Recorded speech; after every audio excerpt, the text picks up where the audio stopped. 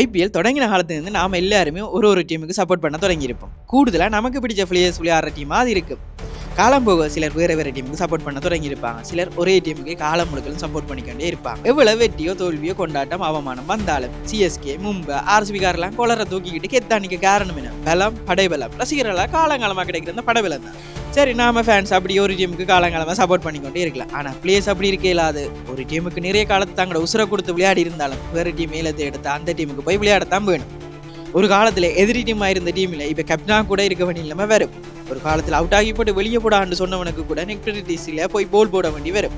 இப்படி இருக்கிற நிலைமை ஒரு ஆள் ஐபிஎல் 9 டீமுக்கு விளையாடி இருக்கிறார். ஆமாம், ஆரோன் ஃபின்ச். இதுவரைக்கும் Rajasthan, Delhi, Pune warriors, Sunrisers, Mumbai, Gujarat, Punjab, RCB, KKR IPL 1-2 டீமை தவிர மிச்ச எல்லா டீமுக்கும் விளையாடி இருக்கிறார். பாவம் மனுஷன் ஒரு வருஷத்துக்கு ஒரு டீமுக்கு விளையாடி இருக்கான். இன்னொருத்தன் இருக்கான் பொலாட்டண்டு. அவ்வளோ காலம் தான் விளையாடின மும்பை தண்ணி 7 எடுக்கலன்னு தெரிஞ்சோன்னு ஐபிஎல்லேருந்து ஓய்வு அறிவிச்சிட்டேன்.